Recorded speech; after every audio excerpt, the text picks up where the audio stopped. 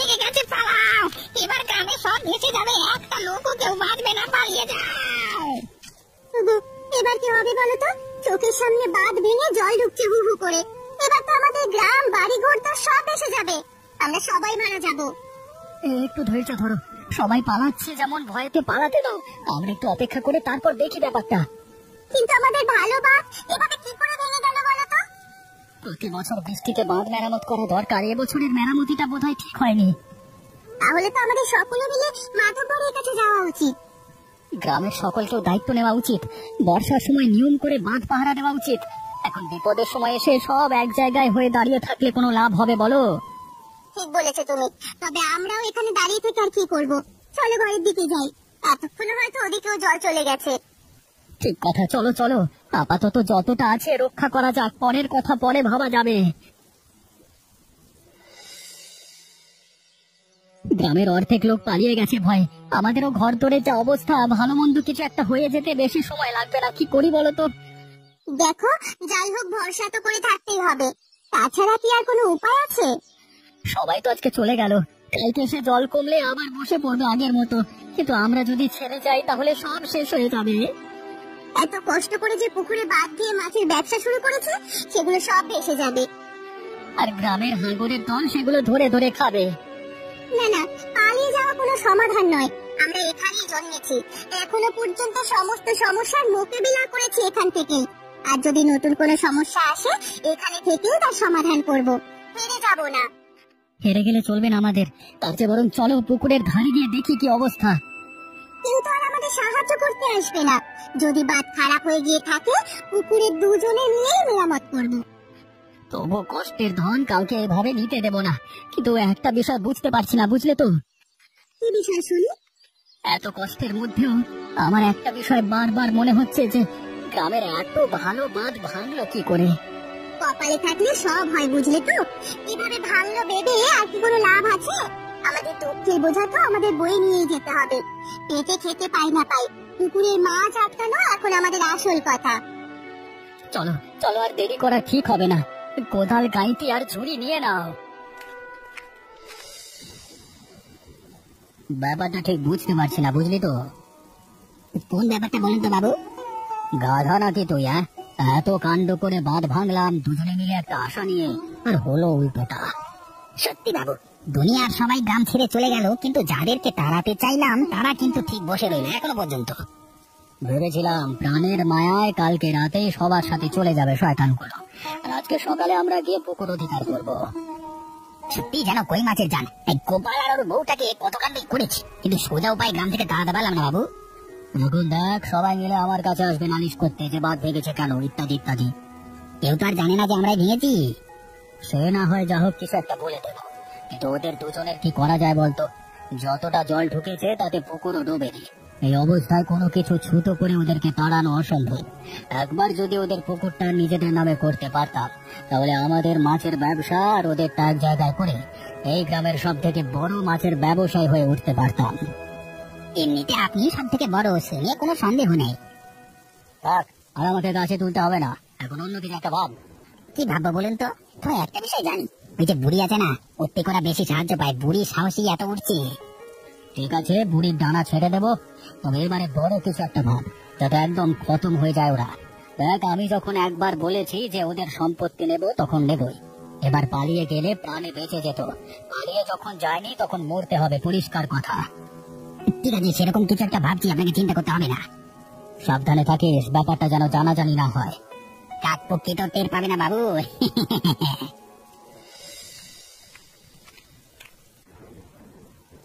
দাদু, দাদু কোথায় যাচ্ছ গো? আমি কোথায় যাচ্ছি জেনে তুই কি করবি? এই নোংরা ছেলে, সোজা এখান থেকে হাট। আমি নোংরা ছেলে? তুমি চলতে পারবে আমার মতো এরকম কাঁধায়? এই তুই লাফানো বন্ধ করবি, আমার হাতে কিন্তু তুই মার খাবি বলে দিলাম। আমাকে মারবে তুমি? তোমার এই সাদা কাপড়ে কাঁদা লাগলে কিরকম লাগবে বলো তো? তোর সাহস বড্ড বেড়ে গেছে, মারধর খাস না বলে সাহস তোর দিন দিন বেড়ে যাচ্ছে। আমার তো সাহস বাড়বেই, দেখবে আমার সাহস, ও দাদু দেখবে। আমার এখন কাজ আছে, সরে যা। এই দেখো। বাবা রে বাবা, মরে গেলাম গো বাবা। ওরে শয়তান ছেলে, তোর বাড়ি থেকে কি তোকে এতটুকু শিক্ষা দেয়নি যে বুড়ো মানুষদের সাথে কিভাবে ব্যবহার করতে হয়? তুমি বুড়ো নয়, বুড়ো ভাম, আর বুড়ো ভামেদের এরকম ভাবেই কাদায় ফেলে দিতে হয়। এর বদলা আমি নেব রে। ওই যার শিক্ষায় তুই এরকম শয়তান বদমাস তৈরি হয়েছিস, যার শিক্ষাতে মদত পেয়ে ওই গোপাল আর নীলিমা গ্রাম ছেড়ে যাচ্ছে না, সেই সব নষ্টের পোড়া বুড়িকে আমি খতম করে দেব।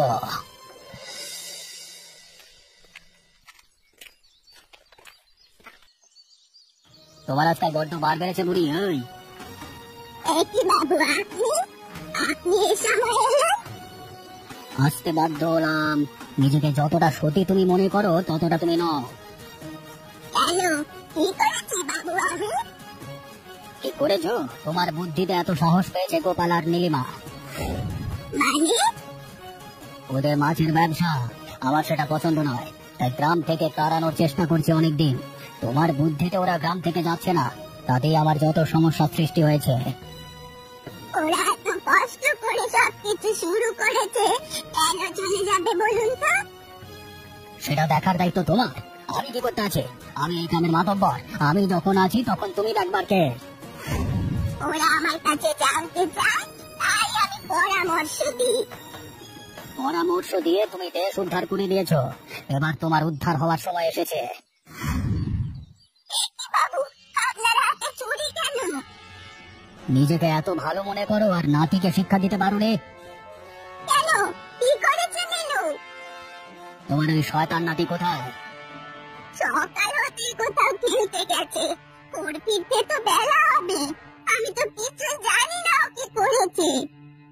কে করেছে জানতে চাও? আমাকে কাল কি গ্রাম শুদ্ধ লোকের সামনে কাদায় ফেলে দিয়ে অপমান করেছে। সবাই হাসাহাসি করেছে, বাচ্চারা আমার গায়ে কাদা ছুঁড়েছে। কিন্তু আমি তো বিশ্বাস করিনি, এইসব করতে মানা করি। আপনার কি মনে হয় আমি ওকে এইসব বিষয়ে শিক্ষা দিতে পারি? আমার জানা না জানায় কিছু আসে যায় না। আমি তোমার জন্য সমস্যায় পড়েছি, তাই তোমার আজকে শেষ দিন। ছেড়ে দিন বাবু, আমি আপনার পায়ে পড়তে, ছেড়ে দিন। আমার ভুল হয়ে গেছে, আমি ওদের সবাইকে বুঝিয়ে বলবো। শয়তান মেয়ে ছেলে, তুই স্বর্গে গিয়ে বুঝিয়ে বলবি। এই দেখ, মরে গেলাম, মরে গেলাম। পড়ে থাকে কানে। আমার পেছনে যে লাগতে আসবে তার সাথে আমি ঠিক এই অবস্থায় করব। এটা দেখে যেন শিক্ষা হয় গ্রামবাসীর। কাকিমা, কাকিমা, ও কাকু, আমাদের সর্বনাশ হয়ে গেছে গো, আমাদের সর্বনাশ হয়ে গেছে। কি হয়েছে নীলু, তুই এরকম করছিস কেন? তুই একটু শান্ত হ বাবা, আয় বস। কেউ তোদের কিছু বলেছে? কেউ তোকে ভয় দেখিয়েছে? আরে কেউ যদি তোকে বকে থাকে তাকে আমরা বুকে দেবো, একদম চিন্তা করতে হবে না তোকে। বুঝতে পারছো না তোমরা? তোমার ঠাকুমা নেই গো। কি বলছিস কি তুই? তুই কি পাগল হলি নাকি? এই জাতা কথা বলছিস নীলু, ছোট মুখে বড় কথা বলছিস। ঠিক কথা বলছো কাকিমা, আমি খেলতে গিয়েছিলাম বাইরে সকালবেলা, ফিরে এসে দেখি উঠানের মধ্যে রক্তে মাখামাখি পড়ে আছে ঠাকুমা। হায় হায়, কি গো, আমাদের গ্রামে কি শুরু হলো বলো তো? এসব তো কখনো ছিল না আমাদের গ্রামে। এইসব খুন খারাপি কবে থেকে শুরু হলো? আমার আর কিছু ভালো লাগছে না। তুই ঠিক কথা বলছিস? আমি ঠিক কথা বলছি কাকা, তাহলে কি আমি তোমার কাছে ছুটে আসি বলো? এবারে আমার কি হবে কাকা? আমার ঠাকুমাকে কে মেরে ফেললো? আমি ভাবতে পারছি না পরিবার মতো একটা ভালো মানুষকে কেউ খুন করতে পারে। চলো, এখানে বসে ভাবলে হবে না, আমাদের যাওয়া উচিত। যদিও আমার কথাটা শুনে হাত পা কাঁপছে। চলো চলো, আমাদের যাওয়া উচিত। চলো চলো, এক্ষুনি চলো।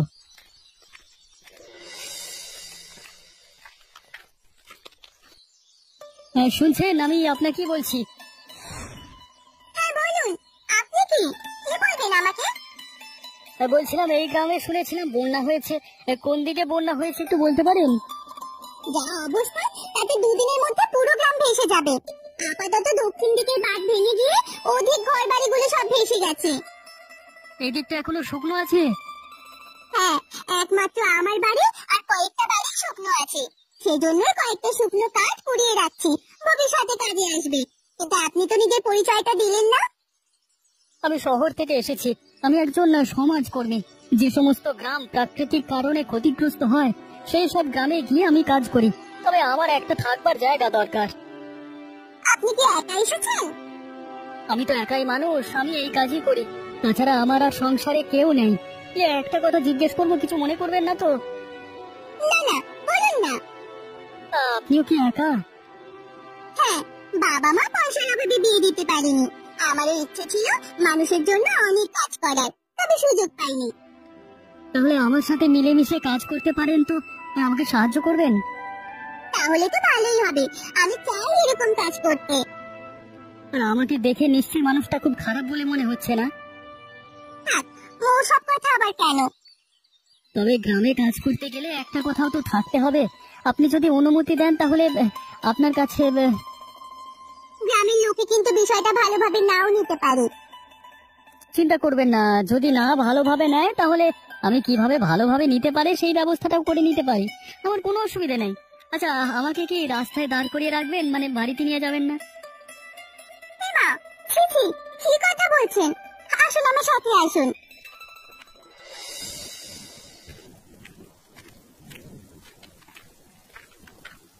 কি হয়েছে আপনার? সারাদিন বাড়ি এলেন না, এখন এই অবস্থায় এসেছে? কিছু হয়েছে নাকি? আমি বাঁধ পরিদর্শন করেছি কয়েকদিন ধরে, আজকে সম্পূর্ণটা বিশ্লেষণ করলাম। কি বুঝলেন দেখে? বুঝলাম না, নিশ্চিত হলাম। কি নিশ্চিন্ত হলেন? আমি আজকে নিশ্চিত হলাম যে এই বাঁধ এতটাই শক্ত ছিল যে একা ওটুকু জলের চাপে ভেঙে যাওয়ার কোনো কারণ নেই। তাহলে কি বলছেন আপনি? কেউ ইচ্ছে করে? অবশ্যই গ্রামের কেউ বা কারা ইচ্ছে করে বাঁধটা ভেঙেছিল। কিন্তু গ্রামে থেকে কে নিজের পায়ে কুড়ুল মারবে? এমন কেউ যার এই বাঁধ ভাঙার সাথে কোনো সম্পর্ক নেই, অর্থাৎ এর ফলে যার কোনো ক্ষতি হবে না, উল্টে লাভ হওয়ার সম্ভাবনা রয়েছে। কিন্তু এরকম কি আছে গ্রামে? আপনি একটু ভেবেচিন্তে বলুন তো, ঠিক কথা বলছেন? আমি অনেক ভেবেচিন্তে দেখে শুনে ঠিক কথাই বলছি। আচ্ছা, আমাকে একটা কথা বলুন তো, কি কথা? এই গ্রামে পাকা বাড়ি কার কাছে আছে? এই গ্রামে তো পাকা বাড়ি একজনেরই আছে, তিনি আমাদের গ্রামের মাতব্বর। বুঝেছি, আমাকে তদন্তটা ওই জায়গা থেকে শুরু করতে হবে। তার মানে আপনি মাতব্বরকে সন্দেহ করছেন? ওসব ছাড়ো লতা এখন। আচ্ছা, তোমাকে কতবার বলেছি বলো তো, আমাকে আপনি আপনি করবে না। আর দেখো, তখন ধরে আমাকে তুমি আপনি আপনি করছো। ঠিক আছে, আর আপনি বলবো না, এখন থেকে তুমি। যাও, হাত মুখ ধুয়ে এসো, আমি খাবার দিচ্ছি। আসছি।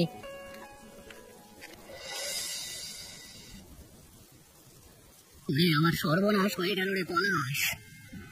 বাবু, এটা বৃষ্টি নেমেছে, তাতে আমাদের তো সব ডুবে যাবে। এমনিতে আমাদের নিচু গ্রাম, তার উপর আমাদের নিজের গাড্ডা নিজেরাই খুলে রেখেছি রে। এমনিতে তো বৃষ্টিতে সবকিছু ডুবে যাবে, তার উপর আবার বাঁধ ভাঙা। এরই মধ্যে দেখলাম চারিদিকে জল ভরতে শুরু করে দিয়েছে বাবু। আমাদের পুকুরটা যে ডুবে গেলে এবার কি হবে বলতো? আমি দেখে এসেছি, ওরা নিজেদের পুকুরে এমন সুন্দর করে বাঁধ লাগিয়েছে যে কোনো রকম ভাবে ওদের কোনো ক্ষতি হওয়ার সম্ভাবনাই নেই। আমি বলেছিলাম তোকে তাড়াতাড়ি করে বড় কিছু একটা ক্ষতি কর। বড় ক্ষতি বললেই তো আর হয়ে যায় না। আর তাছাড়া তো আপনি করলেন, বুড়িমাকে ফোন করেনি বলুন? ওটা তো রাগের বশে, ওটা অন্য ব্যাপার। গ্রামের মানুষ এখন আপনাকে সন্দেহ করা শুরু করেছে। আর ভেবে দেখুন, সেই পাপি হয়তো এত বড় কাণ্ডটা ঘটলো আপনার সাথে। আচ্ছা, তুই এখন আমাকে জ্ঞান দেওয়া শুরু করবি? ওই জন্যই বলে, হাতি পাকে পড়লে না চামচিকে তো লাথি মারে। আপনি যা ভাববার ভাবুন, আমার কিচ্ছু করবার নেই। আমাকে আমার ঘর দেখতে হবে, চললাম।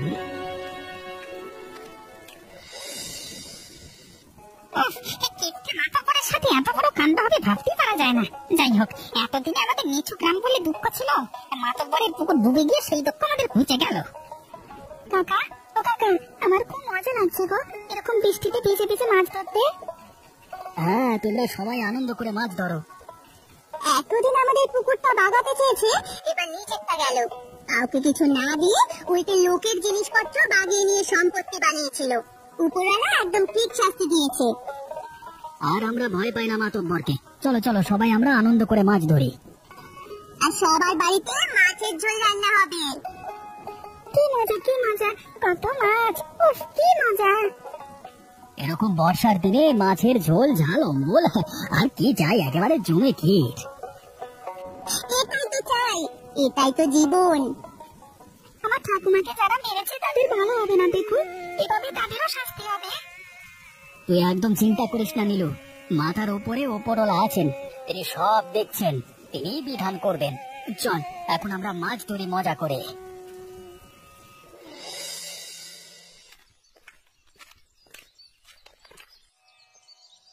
কি হয়েছে বাবু, আপনি এই অসময় বিছানায় শুয়ে আছেন? দুদিন ধরে চিন্তায় ঘুম হয়নি। কালকে রাত থেকে হঠাৎ করে বুকটা কেমন ব্যথা করে, শরীরটা ভালো যাচ্ছে না রে। মনে হচ্ছে চিন্তা থেকে এমনটা হচ্ছে। চিন্তা করে আর কি করবেন বাবু, যা হবার তা তো হয়ে গেল। যা আছে সেগুলো নিয়ে এখন মুখ বেঁধে থাকুন। কথাটা বলা যতটা সহজ, করা ততটা সহজ নয় রে। একটা সত্যি কথা বলি বাবু, যাদের কাছে পাপ করেছেন তাদের কাছে ক্ষমা চান, না হলে কোনোদিন আপনার মুক্তি ঘটবে না। তুই কি পাগল হয়েছিস নাকি? আমার নাম হরিপদ মাতব্বর। আমি সারা জীবন মাথা উঁচু করে বেঁচেছি এই গ্রামে। যদি আমার মাথা হেট হয়ে যায় তাহলে তার থেকে ভালো আমি মৃত্যু স্বীকার করবো, তবু কারোর কাছে ছোট হতে যাবো না আমি। তাহলে চিন্তা ত্যাগ করে তাড়াতাড়ি সুস্থ হয়ে উঠুন। আপনার সম্পত্তি তো কম নেই, সেই টাকা পয়সা দিয়ে আবার নতুন করে ব্যবসা শুরু করবেন। কিন্তু যা গেল তা উপার্জন করতে তো আমার অর্ধেক জীবন জল হয়ে গিয়েছিল রে। সেসব ভাবনা ছাড়ুন, আমি আপনার পাশে আছি, আপনি আবার উঠে দাঁড়ান। শরীরটা খুব খারাপ লাগছে রে, আমার মনে হচ্ছে হবে না এই যাত্রায়। তুই যা পলাশ, আমাকে এখানেই থাকতে দে।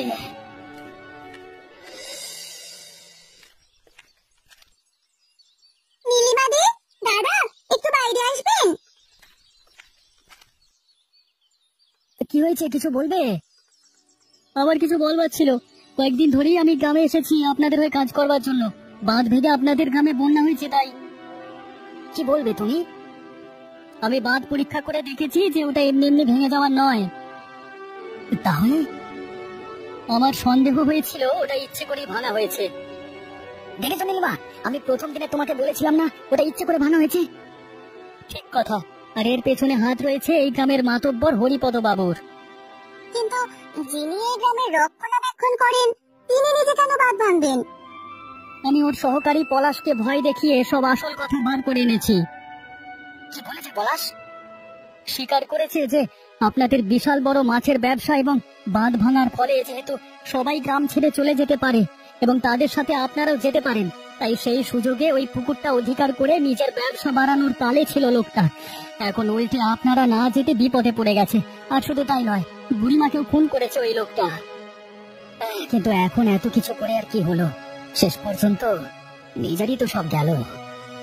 তাতে আর কি করা যাবে, কপালে যা আছে তা তো হবেই। তবে আমাদের মনে হয় একবার সবাই মিলে ওর কাছে যাওয়া উচিত, সরাসরি কথাগুলো ওর সাথে বলা উচিত। শুনেছি লোকটা অসুস্থ, আমাদের এক্ষুনি যাওয়া উচিত। আমি ব্যাপারটা জানার সঙ্গে সঙ্গে তোমাদের কাছে নিয়ে এসেছি দিদি। চলো আমরা সবাই মিলে যাই। হ্যাঁ হ্যাঁ, আমাদের আর দেরি করা উচিত হবে না। চলো চলো, সবাই চলো। কি পলাশ, তুমি কাঁদছো কেন? শেষ হয়ে গেল, যাকে শাস্তি দেওয়ার জন্য তোরা এত কাণ্ড করলি তাকে বাঁচাতে পারলাম না। মারা গেছেন হরিপদ বাবু? তাহলে শাস্তিটা আর আমাদের দিতে হলো না, নিজের শাস্তি নিজেই পেয়ে গেলেন। ওনার সিদ্ধান্ত আমিও মেনে নিতে পারিনি। তোমরা বিশ্বাস করো, বুড়িমাকে খুন করবার বিষয়ে আমি কিচ্ছু জানতাম না। পরে সবকিছু জেনে মনে মনে ঘেন্না করেছি, তবু এতদিন কাজ করেছি তো লোকটাকে বাঁচাতে চাইলাম, কিন্তু পারলাম না। কি করবে তুমি ভাই, কপালে যা লেখা আছে তা তো হবেই। ঠিক আছে, এর ব্যবস্থা করে আমাদের বাঁধ মেরামতিতে লাগতে হবে, কারণ এখন যা বৃষ্টি হচ্ছে খুব তাড়াতাড়ি বৃষ্টি আরো বাড়বে, তাই একদম গাফিলতি করা উচিত নয়। আমি একটা কথা বলতে চাই। কি কথা? হরিপদ বাবু বেঁচে থেকে যতই পাপ করুন, মারা গিয়ে ওনাকে যাতে পাপের শাস্তি ভোগ না করতে হয়, তার জন্য ওনার যা জমানো ধন সম্পত্তি আছে সব দিয়ে গ্রামের উন্নয়ন আর বাঁধ মেরামতির কাজ শুরু করো। আমি সব টাকা তোমাদের হাতে তুলে দেব, আর আমি নিজে কাজে সাহায্য করব যাতে নিজের পাপ কিছুটা খণ্ডন হয়। এটা খুব ভালো কথা। তাহলে আর দেরি করে লাভ নেই, চলো কাজ শুরু করা যাক। গ্রামে গিয়ে লোক ডাকতে হবে, এমনিতেই লোক কম আছে তাও। তবে যা হয় মঙ্গলের জন্যই হয়, যা হলো ভালোই হলো।